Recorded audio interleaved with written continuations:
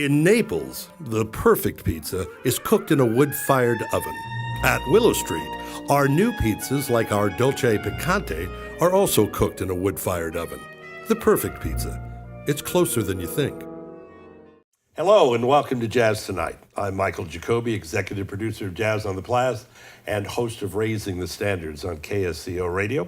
We continue our summer homage to the great Duke Ellington, and this week, and it's always funny because the time you folks at home see this, the show will already be over and you'll just be so upset you missed it. So for those of you that I'm preaching to the choir that were there the night that Tierney Sutton, 7-time Grammy nominee, performed for us and is here, I'm delighted to see you. Thanks, Michael. You have been on my bucket list. This is our 14th year, and you were on the very first list. Oh. And I'll talk more about it tonight. But and for some reason, you and I have never met. I know, and your reputation precedes you. I've been hearing about you from all of my jazz Are those performer posters friends. still up? Yes, they're in the post office You can't even around the you can't even tri-state see area. the ankle bracelet anymore.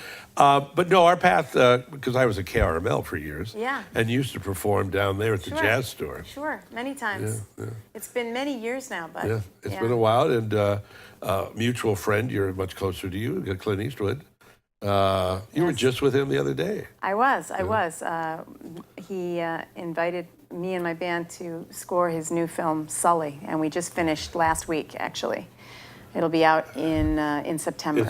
Is it Sully, the guy, Yeah. the pilot? It's Sully. Tom Hanks is Sully, and it's sort of the untold story How interesting. of what happened after the forced water landing and all of the stress and machinations that went on around it that people didn't know. It's a really wonderful film. Now, Eastwood, obviously a Renaissance man, but he does, when you say scoring, because he writes a lot of his stuff. He for his does, films. and it was very much a project with him. He wrote he wrote the theme for the film, wrote a beautiful theme. Our pianist Christian Jacob also wrote several themes, and then the band improvisationally did some of the film. But Clint was with us every step of the way. He would sit and we would have the picture and he would direct us on what he had in mind. And of course, you know, once it's all finished, it's just a little whisper of things here and there. That's the way film scoring is. But it was an incredible opportunity to really work closely with him. And I wrote a lyric with a writing partner to Clint's theme, and that will be in the film too. So it's exciting. Did you score it in Carmel? No, we did it in LA. Okay. Have you been to Lucas Ranch? Yes, to Tehama. No, to Oh, no. Lucas Ranch No, up in I have up in Marin, which I they have do not. a lot of film scoring at. Yeah, no. You ever get a chance? But I've heard about that. I've heard about I that. gotta All my tell Bay you, Area friends say that it's great. when my son was younger, we went up there, and they have a gift shop there with all the Star Wars stuff that they get 3 people a day come in. And there's Wow. a Victorian house in the middle. Wow. It's a remarkable place. That's if you get a incredible. chance. Talk a little bit about how you came to jazz, how you came to singing. Growing up, you're a Valley girl? No, I grew up in Milwaukee, Wisconsin. That's like the Valley. but It's like the just Valley. colder. It's the Valley of Chicago. Milwaukee, a town full of breweries and nuns. Exactly. Breweries and nuns. Every corner has a tavern or a church or That's both. right, exactly. It's pretty much the deal. Did you grow up there? Did you go to high school there? I did. I grew up there. I went to high school there. My father was a civil rights lawyer there. My mother was a commercial artist. And there wasn't a lot of music in my house or in my family, but I played piano and sang in choirs. And then when I was in my late teens, I discovered jazz. I was in college. I went out east to college. I was Where'd you go? I went to Wesleyan University in Connecticut, and I was getting a degree as a Russian language and literature major. But then many things happened, and I became exposed to jazz, and that was it. It was kind of, I was done. Well, now, when you say exposed to jazz, when you were taking piano, were you dragged to take piano, or were you up No, for it? I wanted to do it, and I enjoyed it. And it was classical to begin with? Yeah, well, it was whatever, you know, I always say that my musical exposure as a child was whatever dopey white girls in Milwaukee listened to. And so whatever was on the radio or whatever bad musical theater or whatever, I remember playing, you know, Baby Elephant Walk and all, you know, and then getting into the Mancini. classical repertoire. But when I got to be about 12, I had been studying piano for about 6 years, and then it became necessary to sight read in order to go further. And I wasn't really interested in that level of effort by that point. Do you remember, or were you aware of the day that you had the epiphany of hearing Chris Connor's Ella Fitzgerald? Yes, well, there were a couple of epiphanies. One summer I had a gig as a singing cocktail waitress, and you will be very starstruck when you hear this. And your viewership will say, we had no idea. Clint Eastwood is one thing. I mean, that's okay, but drop a name, I am a Heidel honey. Yeah. I just really? I am a former Heidel honey. Was it like a Hofbrau? It was very much like that. The Heidel Honeys were the singing cocktail waitresses at the Heidel House Resort in Green Lake, Wisconsin. And it's a very elite club to be in. So it's like the Protestant version of the Catskills? Yes. Yeah. Oh, yeah. Yeah. You won't find a Jew for miles, I'll tell you that. No. Jacobi, you're not going to be hanging there. Anyway, so in fact, the controversy the year that I was a Heidel honey was not that one of the Heidel honeys was not white. It's that one of the Heidel honeys was not blonde. Oh. That's what we're talking about here. So one of the Heidel all honeys, Hitler Youth. It really was deep. It was deep up there, I'm telling you. And here my dad's a civil rights lawyer, so it was quite a gig. So he was probably suing the Heidel House the next year. But at any rate, the Heidel Honeys, we sang, and one of them was half Greek and half Italian, and that was very high controversy. We sang bad show tunes, bad pop tunes, and we had an Americana show. But in the Americana show, and in the show tunes show, actually, there were a couple of jazz standards. Really? And those songs... Give me, what were they? Georgia on My Mind, Okay. Moonlight in Vermont. Our Americana show, we had things that were related to cities. And you know what's unique about the song Moonlight in Vermont? What? There's no rhymes. Wow. And that's why it is classic poetry. That's why it's so tough to remember. That's the other thing, too. Huh. Pennies in the Yeah. Wow, that's interesting. I'll have to think about that. That's cool. Well, anyway, so I realized that certain songs could tolerate the abuse that we were giving them in our cheesy arrangements with Mike Breister on the organ. Did you have accordion? Oh, we had.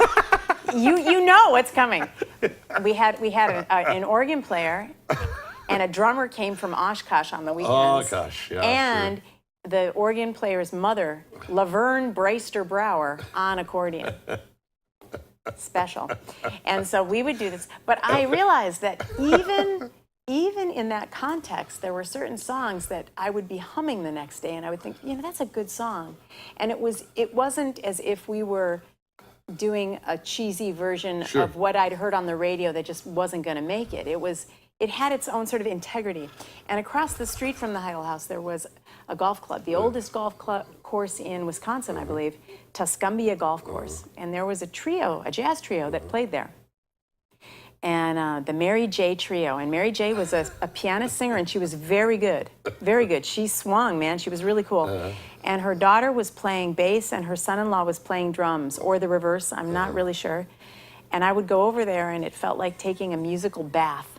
And I thought, why is every song like the few decent songs that we do? You know what's interesting about those tunes, which I mean, doing the show I do, Raising the Standards, is they're like a Picasso. No matter where you hang it, it still looks great. You are right. And the same thing, no matter who's recording it.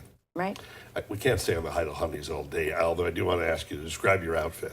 Well, you can guess. It's like the St. Pauli beer girl. It's exactly what it was like.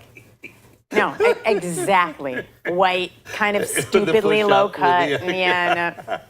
Red skirt, ruffles. So you make it across the street to the golf course, and you have an immersion with jazz. And I realized this is the thing that they've been calling jazz.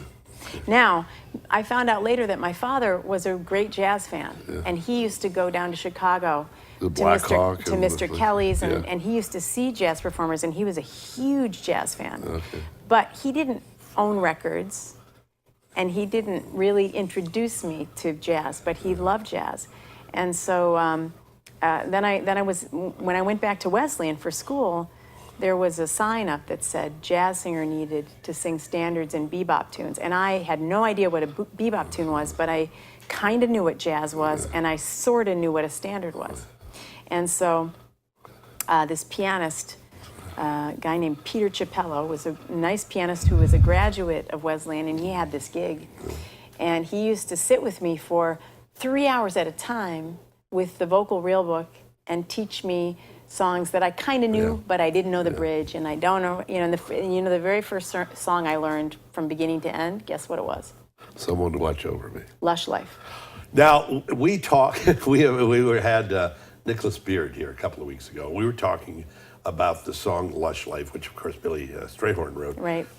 It took him 5 years to write this, which I didn't realize, because the story always is when he wrote it at 16. When he was 16, but when you go from 16 to 21, your life experience quadruples. Wow. And so, but he'd written the majority of it. But it's a tune that nobody does when they're young. And nobody does it correctly even when they're old. That's true. No offense, Ella. But people don't sing the melody correctly.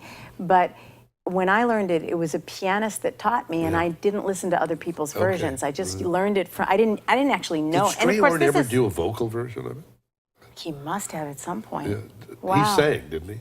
I think so. I don't know. I think he did. We're going to take a little break. We're with Tierney Sutton, and as I say, we're so excited that she's here, and I'm delighted that you're there as well.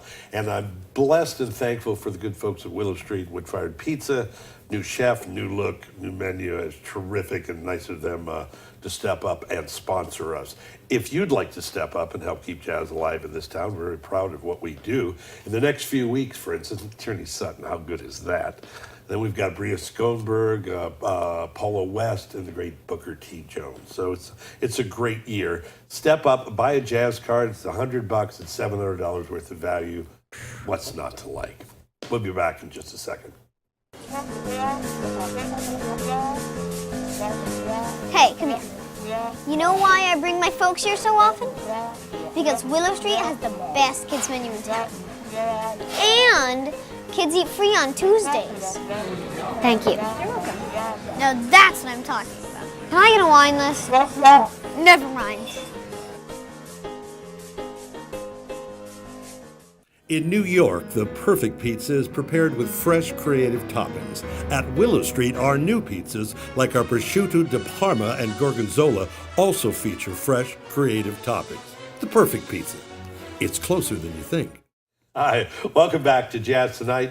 Michael Jacobi with you, with our guest, Tierney Sutton, who has, and I think, one of the things that that you have always been, in my radio career, a main stay in our rotation of music, but also your work is so interesting. And it seems to me that's important to you. Yeah. I mean, I think, I've had the same band together mostly for the last 24 years, and they're all extremely versatile musicians with a great breadth of ability and taste in music. And I think Trey Henry, our bassist who produced the new album, he said we're like dogs at a dog racetrack. We need a rabbit to chase. Yeah. Oh. And I think all of the musicians that I know that I like a lot have a little ADHD problem where there's so many directions you could go in at any given moment that you need a focus. And so I'm always looking for what is the rabbit to chase? What is the focus? What is something that we can hop onto that we'll be able to really work And with? in some cases, that rabbit was Joni Mitchell. Yep, the last one, and that one I did without the band. Okay. And that was a really fun project, and I still am doing it. I'm doing that project at Newport in a couple of weeks. How is she? She was pretty ill. I don't know. I think she's still pretty ill. Yeah. But it was an interesting thing because I ended up doing that project without the band, but got to work with Al Jarreau and Hubert Laws and Larry Goldings. Turtle Island String Quartet. And so it was a really fun thing to do Joni's music and really have a different sensibility to the music than I would have had. You're fearless, and I admire that. I don't know about that. Well, maybe not from your side. It's like people say I'm not insecure. Trust me, on my side I am. But you do things. Your album, is it called American Road? American Road, very good. Which is just terrific. But tunes on it, and I know you said you'd do it for me, but there's tunes like Shenandoah. That's just, you just don't hear that. No, it's a very beautiful thing, and actually that track, the beginning of that track was one of the first things that Clint showed me that he had used as source music in the film. That was an idea that he had, that vibe, in the background. It's an incredibly beautiful theme. I actually performed it at my dad's funeral a few months ago. He passed away, and it was really, it's a very, very near and dear to me. We had a group last year. Was it Mad Tollings? Mads. I know Mads. I've worked with Mads. And it was the Russian kid, the violin kid. Maybe it was with Leah. But anyway, they did this Civil War thing that actually Ken Burns had used. Oh, nice. And it was magnificent. Oh, I bet. And there's something about, and even Burns, there's something about those piano riffs that from that, whether it's from that era or from that production, right, that are so special. And certainly Shenandoah fits into that. Oh, for sure. Yeah, it gives you a real feeling of Americana. Yeah. Now, you did Van Morrison on that CD as well, or didn't you? What else is on that CD? Well, we have a beautiful reharmonization of America the Beautiful that Christian did, which I always kid that it takes the French guy to do the most beautiful aesthetic recreation of America the Beautiful you've ever heard. But, they gave us the Statue of Liberty, so it makes sense. And Wayfaring Stranger is on there. Okay. And we also addressed two musicals. Porgy and Bess, which I think of as sort of the quintessential early American musical, and then West Side Story, which I think of as the mid-century American musical. And now, if I had it to do now, I'd probably try to find something from Hamilton to stick in there, because that is the modern American musical. Yeah. And Sondheim. A lot of people, even people who know theater, don't think Sondheim when you think West Side Story. But he was the lyricist. Yes, and in fact, he said to me that he is not very happy with the lyric to Somewhere because. Why? Because, and I understand as a singer, because when you sing it, you have to sing, "There's a place for us." It's strange to hold the word "a" because it's just an article. It's not really a word. So it's a little strange, but it's gorgeous. It's beautiful lyric writing. Beautiful. I mean, Something Coming is one of my favorite things. Scary. Yeah. And we have a very cool arrangement of that. I think it's one of our best. A wonderful tune that was left out of the film, On the Town, which I think is Alan and Marilyn Bergman. Is it Bergman's who wrote On the Town? Did they? I don't know. They're very dear friends of mine, but they haven't talked about that much. Some Other Time. Oh, the Bernstein. I don't think they wrote the lyrics to that. Where Tony Bennett did it with Bill Evans. Where has the time all gone to? Haven't done half. I just sang that at a show a few weeks ago with Terry Trotter on piano. Have you done live theater? A tiny bit over the years, but not a lot. Okay. Do you? How many live gigs do you do a year? Oh, probably 100. Okay, so you're on the road a lot. Yeah, a lot. A lot. So, again, it's referencing back to The Rabbit. Joni Mitchell, the American album. Sinatra. You did the Sinatra. And Sinatra is, I was listening to somebody who recorded something in the same key, the same arrangement, everything. Why would you do that? I mean, why record it? Yeah. Like I always say, what good is going to come to me of having somebody A-B my version? Yeah. With Ella or Frank or Sarah Vaughan, what good is going to come? I better go over here. I better go kind of far over here. So they know what the song is, but that it's so fresh that they can just accept it where it is. Of those pioneers, Although next season we're doing a tribute to Lady Day, so we're really excited about nice. that. But who did you see of those people? Like I had Carmen, and I had when I did Palo Alto Jazz Festival, I did Sarah Vaughan. Well, one of the problems for me was that I came to jazz a little bit late. So And Milwaukee wasn't a big stop. No, Milwaukee wasn't a big stop, and I didn't know anything. So the first one, which was a big turning point for me, was I saw Betty Carter and her band play live at Wesleyan. And I was agog. I used to call Betty Carter, and I still think of her this way, as kind of the Bruce Springsteen of jazz. Sure. You had to see her live. Yeah. The records are one thing, but if you saw her do a live show, it was so... Torme was like that. Yeah, His catalog of music wasn't that great, but live, he just was something. amazing. Well, yeah. he has a great catalog, Yeah. too. What precision, what amazing But it never really singing. captured him like Really? live did. Sinatra did things both ways, but Yeah. to me, I saw Torme, I interviewed him a couple times, and well, he was just And a crazy. smart guy, too, Yeah. from what I Oh, hear. yeah, Really yeah, smart. real bright guy. Yeah, so I saw Betty, I saw Ella Oh, you once. saw- okay. Just once, I remember, in Boston.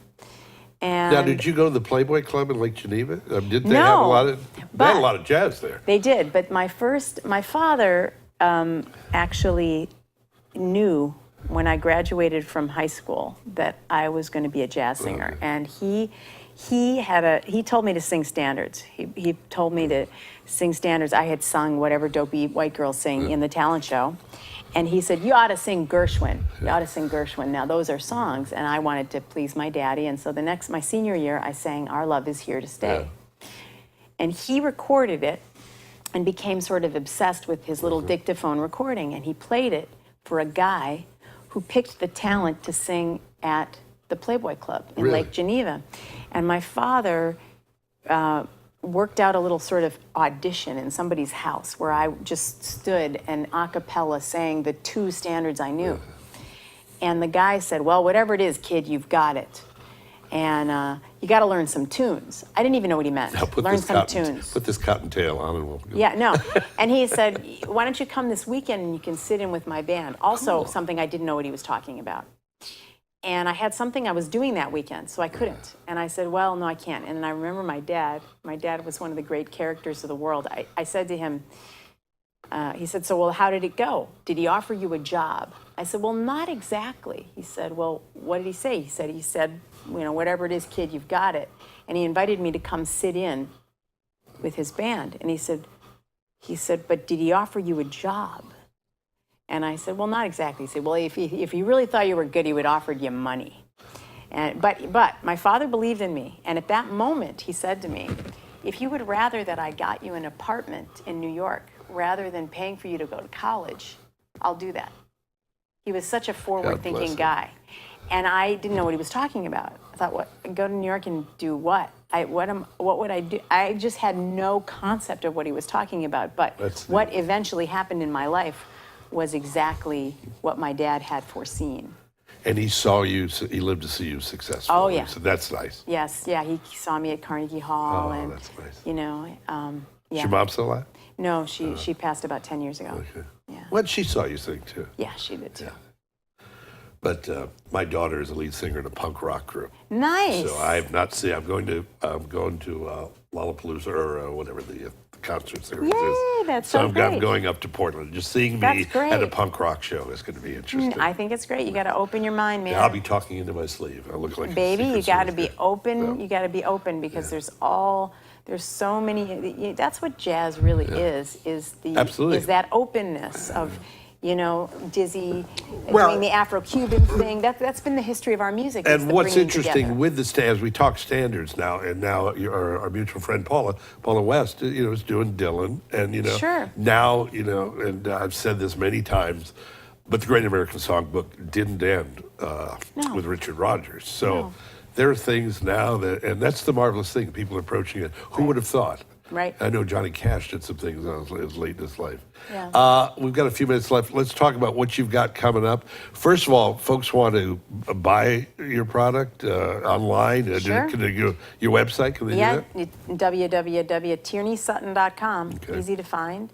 You know, they're at Amazon, iTunes has my Do you stuff. produce your own stuff, or are you with a label? Yes. Well, we're with a small label, BFM Jazz, but we kind of produce it together with them. It's kind of a leasing deal, but they're great. It's nice to have control. It is. It is. It's really nice. It's nice to have a big label, too. Yeah, I mean, we were with Telarc for many years, and that was really cool too, because they gave us deadlines, you know, early on, and we're a band really because of them, because they kept giving us deadlines and saying, do this, do this, do this. And so On those days, would you sign a 3-record deal? yeah, So- we had I had a 3-record deal, then 2 records, then 2 records. We did 7 with them. And altogether. what traditionally is the time frame on that? Every like 6 other months? year. Oh, Every other really? year. Oh, I okay. think that's how we did it, pretty much. Yeah. All right, so are we going to the studio soon, or have we just been? Is there something coming up? We have just completed it, and it will be released at the beginning of September, and people at the show are going to get a little preview. And this is a Sting. This is the Sting Variations, but Sting gets connected to a bunch of jazz things, too, that people will recognize. Miles Davis and Louis Bonfa make some appearances in our Sting. Oh, how cool. Yeah. How cool. Did you ever see Prince? No, that's- and I know, you know, how it's great funny. he was. Every know. time somebody comes to town and we're having dinner or drinks, I always say, and I will ask you now, the best live show you ever saw, no matter what, Wow. no matter what the genre. I would say, I'm thinking of, it would probably be either Kenny Garrett or Keith Jarrett solo. Who was saying? Lau Tizer was just saying that last week. Good taste, Lau. Yeah. And but Cheryl Brantine had seen Prince and said that it was. Yeah, no, I've stupid heard that. good. I've heard Did that. you ever see Michael Jackson? No. Yeah, I didn't see him either. No. But it's just- No, Well- so when you say Michael, I think Yeah. Michael Jacobi. I don't Yeah, I think know. Michael Jackson. I know. Who's that? That's right. Those cue carbs are paying off. Well, after tonight, when I ask people in Los Gatos, your favorite show, I have a feeling your ears will be ringing. We're excited, and I'm excited, and I'm so delighted you're here. Quickly, we got a couple of minutes. What's on your bucket list? Tribute or something that you'd like to do on You know, record? we are. I'm actually going to be working with an opera singer, a great opera singer named Natalie Dessay. She is, I think my personal favorite coloratura opera singer. She's French, and she just retired from the opera. But she's doing some projects of the music of Michel Legrand and Alan and Marilyn Bergman, and I'm going to be working with her on those projects. Umbrellas But we're of also Cherbourg talking and about, we're also talking about doing a collaboration, and maybe inviting Vince Mendoza to do it with us. And an interesting it's sort of idea. a jazz meets classical kind of thing. And I really hope that happens, because Natalie is exquisite. And it would be really something special. You are exquisite as well, my friend. Thank a you. delight to see you. Welcome to Los Gatos. Thank you for having me. It will not be the last time. I hope not. That's Jazz Tonight. We will catch you next week as we chat with our friend Bria Schoenberg. Until then, I'm Jacobi. I'll see you soon. In other words, please be true. In other words,